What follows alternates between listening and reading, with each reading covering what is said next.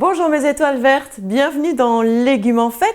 Pour les personnes qui découvrent cette série, je me présente, je suis Coralie et je vous montre dans ces vidéos à chaque fois comment cuisiner un légume de saison de 3 façons différentes pour vous aider à mettre plus de végétaux dans votre assiette au quotidien. Donc aujourd'hui, c'est la courge et la courge c'est un légume d'automne.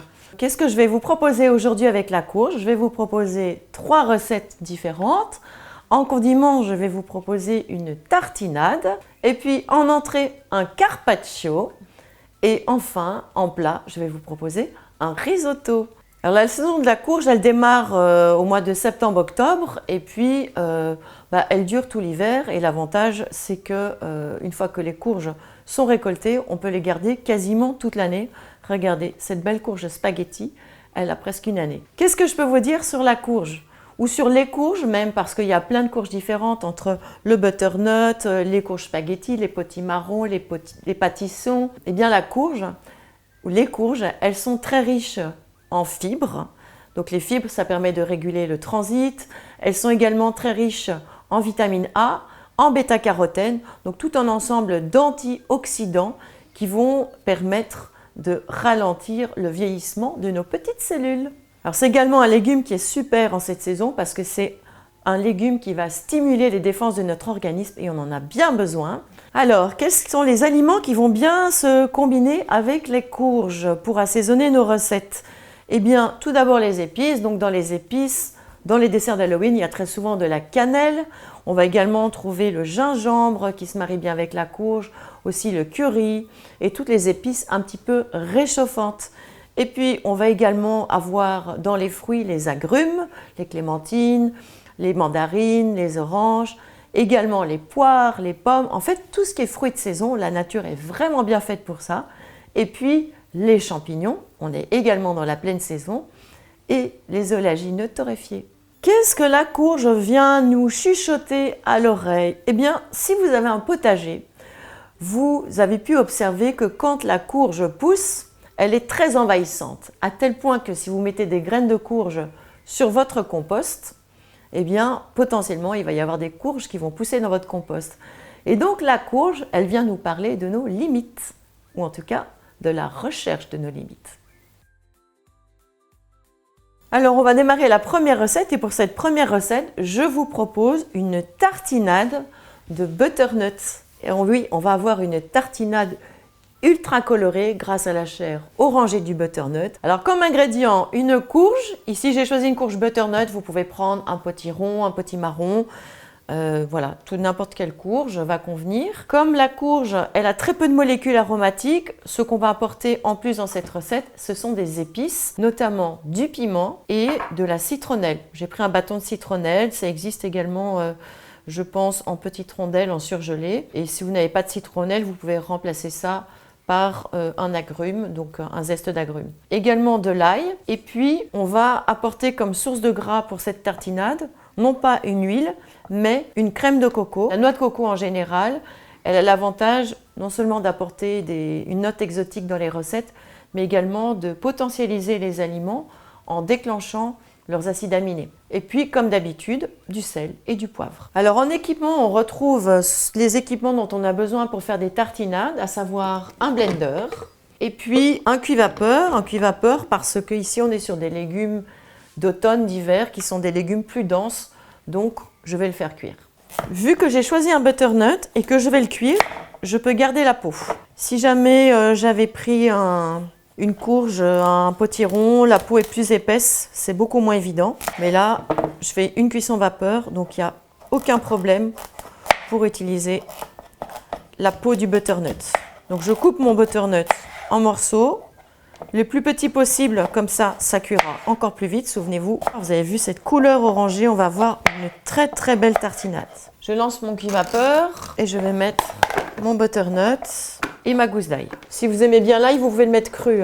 Pendant que le butternut cuit, je vais mettre les autres ingrédients dans le fond de mon blender. Je voulais vous dire que cette tartinade, l'avantage c'est que les courges, ce sont des légumes très saisonniers, mais qui se conservent très très longtemps. Donc l'avantage c'est que cette tartinade, vous allez pouvoir la faire quasiment toute l'année. Donc je mets de la crème de coco pour épaissir ma tartinade, mon piment, Je vous ai dit, il faut bien relever les recettes avec la courge. Un peu de citronnelle, c'était voilà, c'était pour varier des zestes d'agrumes. On pose souvent la question, c'est bien gentil tes tartinades, mais on en fait quoi? Mangez-les. Plus sérieusement, les tartinades, c'est délicieux à tout moment de la journée. Comme il y a un légume et un apport en gras, vous pouvez tout à fait les déguster dès le petit déjeuner sur une tartine et comme un houmous en fait. Mais vous pouvez aussi, les Belges souvent c'est repas tartine à midi, bien garnir vos tartines avec une crème, donc avec une tartinade avant de mettre votre fromage ou vos protéines et votre salade. Vous pouvez aussi mettre votre tartinade dans votre lunchbox comme vous mettriez une cuillère de houmous.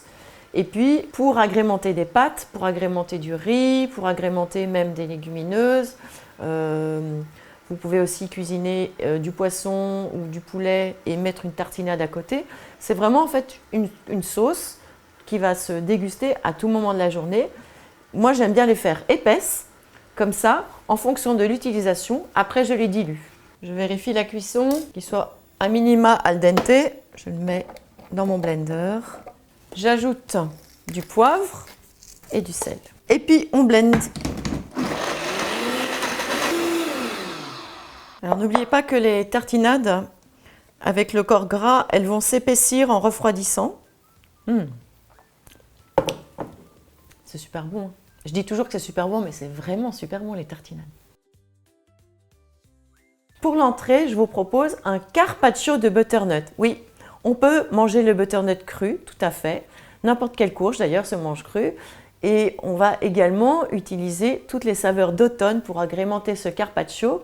Et comme la courge est un légume-fruit, on va la marier avec des fruits de saison, en l'occurrence la poire. Comme courge, je vous suggère pour faire le carpaccio de prendre un butternut. Alors, qu'est-ce que je ne vous ai pas encore dit sur le butternut? Que c'est un légume qui est très très riche en minéraux. Donc, il a énormément de cuivre, de zinc, de magnésium. Le zinc, c'est vraiment important pour l'immunité. Et puis, on va également inviter dans cette recette des poires. Et la poire, en bien fait santé, elle va nous apporter des fibres. Et elle va également soutenir en fait la digestion, notamment l'estomac. On va également apporter dans cette recette du radicchio. Donc, le radicchio, c'est en fait ce qu'on appelle la chicorée rouge. Et c'est un petit goût amer, et donc c'est bien parce que ça va contrebalancer le côté sucré de la poire et du butternut.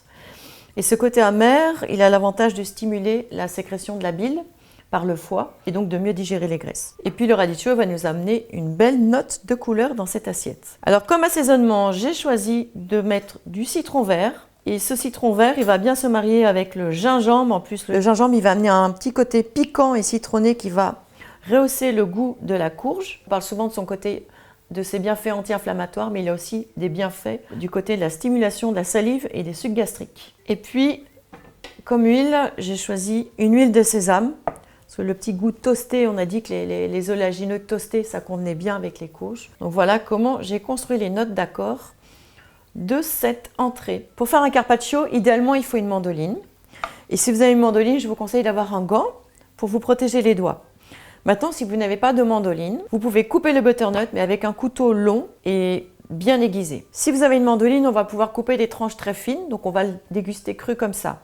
Si vous n'avez pas de mandoline et si au couteau vous coupez des tranches un peu trop épaisses, vous pourrez toujours les cuire à la vapeur, ou en tout cas les décrudir 1 minute à la vapeur pour qu'elles soient al dente. Le secret d'un bon carpaccio, c'est l'assaisonnement. Et donc ce qu'on va faire dans cette recette, c'est qu'on va d'abord préparer la sauce. Ensuite, on va couper le butternut et la poire et on va les laisser tremper un petit moment dans la sauce pour qu'ils s'imprègnent bien du goût. Donc, je commence par le citron vert. Je récupère le zeste de mon citron vert qui va vraiment rehausser le goût de la courge. Et puis, poire-citron vert, c'est un petit combo gagnant. Ce que je voulais vous dire aussi sur ces carpaccios, c'est que là, je vous propose des carpaccios de légumes avec des fruits. Mais vous pourriez aussi faire un carpaccio de butternut dans lequel vous rajoutez par exemple une viande ou une bresaola ou un jambon cru. Donc je vais prélever le jus de mon citron. Donc pour ça, je l'aplatis bien. J'ai de la chance parce qu'ils sont très très généreux en jus, ces citrons verts. Idéalement, le carpaccio, on le réserve au frais en été, et sinon en automne, il peut être servi à température ambiante. Je rajoute du gingembre pour avoir ce côté piquant dont je vous ai parlé tout à l'heure. Vous n'avez pas de gingembre frais. Le gingembre en poudre, ça fonctionne bien aussi. Et si vous préférez, vous pouvez mettre de la cannelle. Et puis, je vais ajouter un peu d'huile de sésame. Et j'émulsionne. J'ai retiré la peau du butternut parce que le carpaccio, la peau serait trop dure. Bon, la première chose à faire, c'est de tester l'épaisseur de votre lame et donc de la régler en conséquence. Je vous montre l'épaisseur. Voilà, le carpaccio de butternut, c'est bon quand c'est très très fin.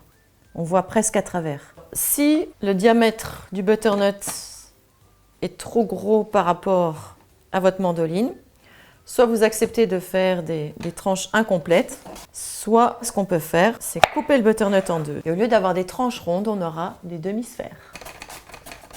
Je vais tremper mes tranches de butternut dans le jus et puis je vais faire pareil avec la poire. Je retire l'intérieur de ma poire et je vais aussi faire des tranches en demi-sphère. La poire, c'est un fruit qui est assez tendre, donc je vais essayer de ne pas la casser.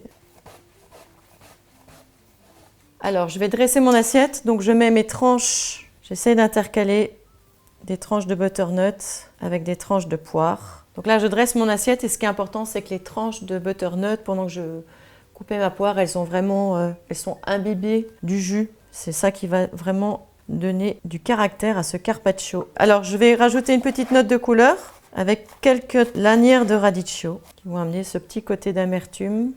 Voilà. On dirait presque de la viande séchée, hein. Mais ça n'est pas de la viande séchée. Non, non, non. Et puis quelques graines de sésame pour terminer l'assaisonnement. Voilà une entrée que vous pouvez proposer à des invités. C'est une façon originale de faire découvrir la courge crue. Voilà. Allez, on termine avec un risotto de courge. Donc pour ce risotto, on va faire un riz à partir du légume et on va l'agrémenter avec une béchamel express. Comme ça, vous pourrez faire des risottos en 10 minutes. Eh bien, pour cette recette, j'ai préféré prendre un potimarron, même si je vais retirer la peau. Je garde la peau du potimarron quand je le fais rôtir au four. Mais là, je veux qu'il cuise rapidement, donc je vais retirer la peau. Avec ce potimarron, je vous propose de préparer un riz de légumes. Et pour ce riz de légumes, on va rajouter donc des échalotes. Et on va également faire revenir ce riz de légumes avec des graines de courge. Non pas les graines qui sont dans le potimarron, mais des graines de courge déjà déshydratées. Ce que je peux vous dire également, c'est qu'elles sont très riches en vitamine B. C'est important, la vitamine B, elle est produite essentiellement par l'intestin. Et donc, il faut avoir un intestin en bonne santé pour fabriquer tout le spectre de vitamine B. Et puis, elles sont également très riches en acides gras essentiels, donc cardioprotectrices. Et pour les messieurs, elles protègent la prostate. À côté de ce riz de légumes, on va ajouter éventuellement du riz ou de l'épeautre. Alors là, j'ai fait une petite expérience. Donc, je vous montre l'épeautre. Donc ça, c'est des grains d'épeautre. Je les ai fait tremper pendant une nuit. Ensuite, je les ai égouttés, j'ai rincé abondamment et j'ai laissé toute la journée dans la passoire avant de les cuire le soir. Eh bien, ils avaient eu le temps de germer. Bon, il faut dire que les températures sont clémentes en ce moment. Ils ont eu le temps de germer. Et donc, le bénéfice de ça, c'est quoi? C'est que le temps de cuisson de mon épeautre, donc quand vous faites de l'épeautre, si vous le faites tremper juste une nuit mais qu'il n'a pas eu le temps de germer, il va mettre beaucoup plus longtemps à cuire. Mais voilà le temps de cuisson de mon épeautre. Donc les céréales anciennes, si on les prépare à l'avance, c'est-à-dire qu'on les fait tremper la veille dans de l'eau pendant toute la nuit et puis ensuite on les met dans une passoire le matin et on les laisse égoutter toute la journée et on laisse la germination se lancer, le soir, elles sont beaucoup plus rapides à cuire. Et donc là, mon épeautre, ça a pris le temps de cuisson de pâte, sauf que il y a un bénéfice santé super avec l'épeautre, le petit épeautre et toutes les céréales anciennes. Donc c'est bien de varier, je dis pas que c'est bien de manger des pâtes, mais c'est bien aussi de varier et donc d'inviter dans son assiette de temps en temps des céréales anciennes. Donc un risotto ne serait pas un risotto sans le côté crémeux. Et donc pour le côté crémeux du risotto, on va faire une béchamel avec les noix de cajou. Et vous voyez que cette fois-ci, je ne les ai pas trempées et je vais vous montrer comment on peut faire si on a oublié de les faire tremper à l'avance. Pour les faire ramollir. Côté épices, j'ai choisi de mettre du thym et de la muscade pour bien relever le tout. Et enfin, on aura besoin d'huile d'olive, de sel et de poivre. Alors côté équipement, un mixeur électrique ou un mixeur manuel pour pouvoir donc couper le potimarron en grains de riz, une cocotte pour faire mijoter tout ça et puis un blender pour préparer notre sauce qui va aller se lover dans le risotto. En l'occurrence, ça sera une béchamel de cajou. Alors, quand on veut faire une béchamel de cajou et qu'on n'a pas de blender ultra puissant, on prend les noix de cajou, vous versez de l'eau bouillante par-dessus et je vais attendre que les noix se ramollissent, le temps de préparer mon riz de légumes. Donc je prends mon potimarron pour faire le riz de légumes. Je retire la peau de mon potimarron. Je coupe des tranches régulières. C'est ça qui est vraiment important. Et puis je coupe après des petits cubes.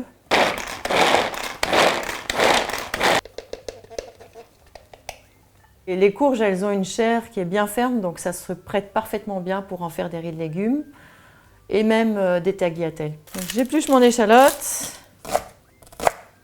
Allez, c'est parti. Je vais revenir mon riz de légumes. D'abord les échalotes. J'ajoute mon thym, j'ajoute mes graines de courge. Ah oui, elles vont un peu sauter. C'est normal. Maintenant que les échalotes ont commencé à dorer, je rajoute mon riz de légumes. Et vous voyez, avec ce plat, on invite le soleil dans sa cuisine.